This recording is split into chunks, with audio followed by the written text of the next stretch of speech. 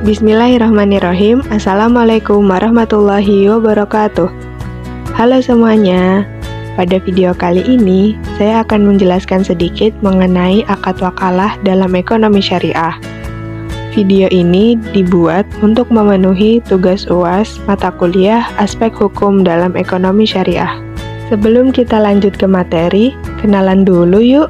Video ini disusun oleh saya sendiri, Andina Khairani, NIM 018, jurusan Ekonomi Syariah, semester 5, kelas A.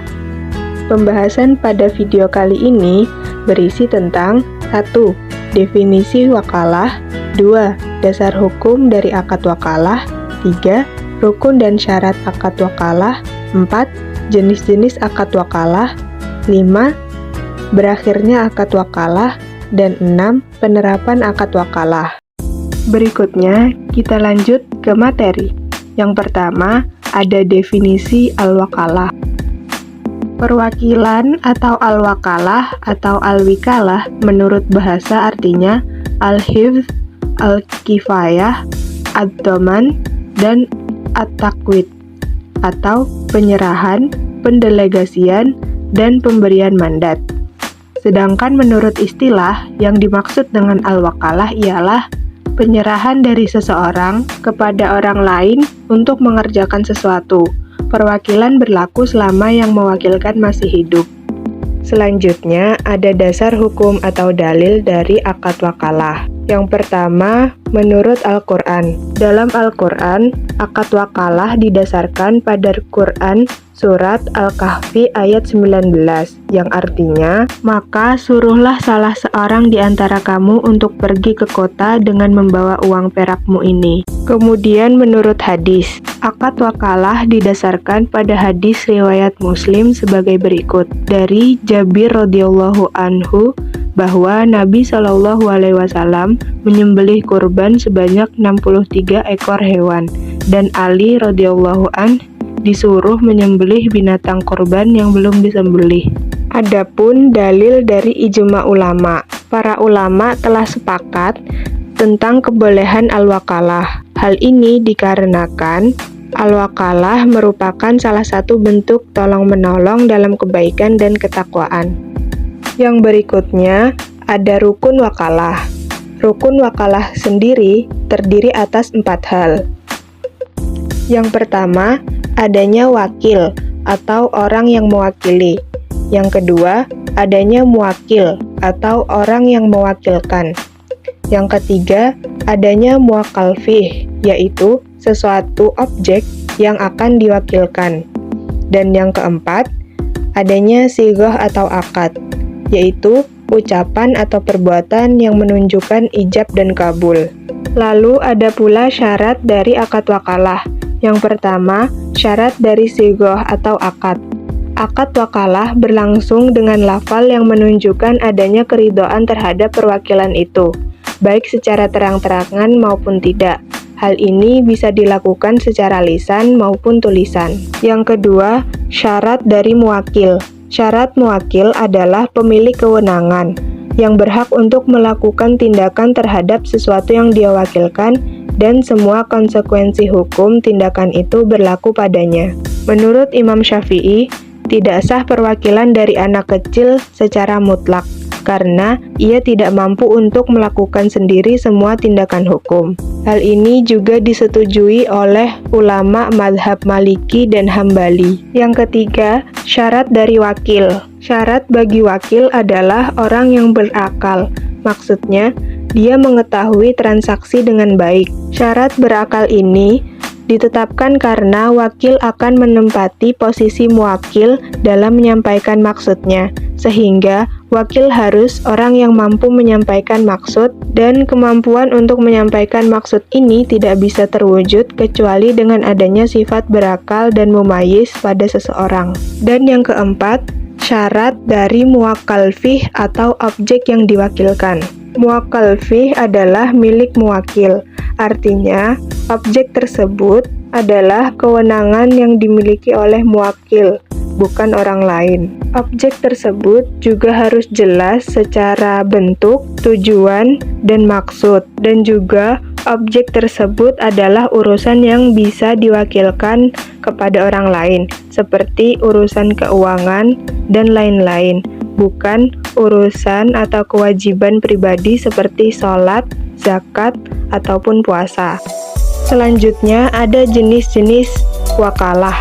Yang pertama, wakalah al-khassah, yaitu prosesi pendelegasian wewenang untuk menggantikan sebuah posisi pekerjaan yang bersifat spesifik, dan spesifikasinya pun telah jelas. Contohnya, seorang advokat menyuruh teman sesama advokatnya untuk menggantikan dia untuk menyelesaikan suatu kasus tertentu. Yang kedua, wakalah al-ammah adalah prosesi pendelegasian wewenang yang bersifat umum tanpa adanya spesifikasi. Contohnya, saya menyuruh seseorang untuk membelikan mobil tanpa memberi kejelasan tentang jenis dan spesifikasi mobil tersebut.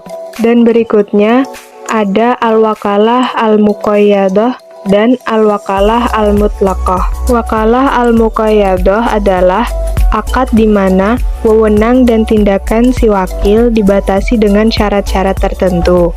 Contohnya, saya menyuruh seseorang untuk menjual mobil saya dengan harga 100 juta jika dibayar kontan dan 150 juta jika pembeli membayar secara kredit. Sedangkan wakalah al-mutlaqah adalah akad wakalah di mana wewenang dan wakil tidak dibatasi dengan syarat atau kaidah tertentu. Misalnya, saya menyuruh seseorang untuk menjual mobil saya tanpa menyebutkan harga yang diinginkan dan ketentuan-ketentuan lainnya. Berikutnya, berakhirnya akad wakalah.